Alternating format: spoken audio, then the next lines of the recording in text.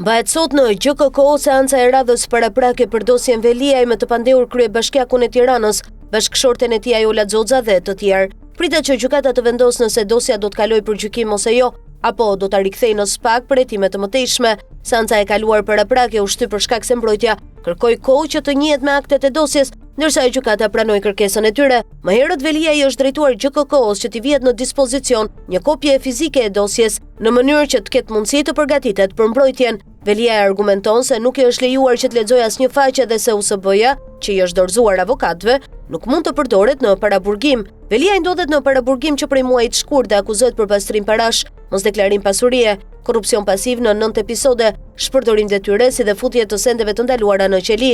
Bashkëshortja e tij Ajola Xoxa akuzohet për mosdeklarim pasurie, fshehje të ardhurave si dhe pastrim parash. E përfshirë në këtë dosje është edhe ish-deputetja socialiste Klotilda Bushka, e cila akuzohet për veprime që pengojnë zbulimin e së vërtetës. Më datë 3 nëntor, kushtetuesja i dha të drejtë Erion Veliajt, duke e lënë në detyrë si kryebashkiak i Tiranës. Kushtetuesja rrëzoi vendimin e qeverisë për shkarkimin dhe shfuqizoi dekretin e presidentit Bajram Begaj për shpalljen e zgjedhjeve në Tiranë. Më 27 nëntor ai u drejtua sërish kushtetueses duke kërkuar shfuqizimin e vendimeve të GKK, apelit të posaçëm dhe gjykatës së lartë për masën arrest me burg.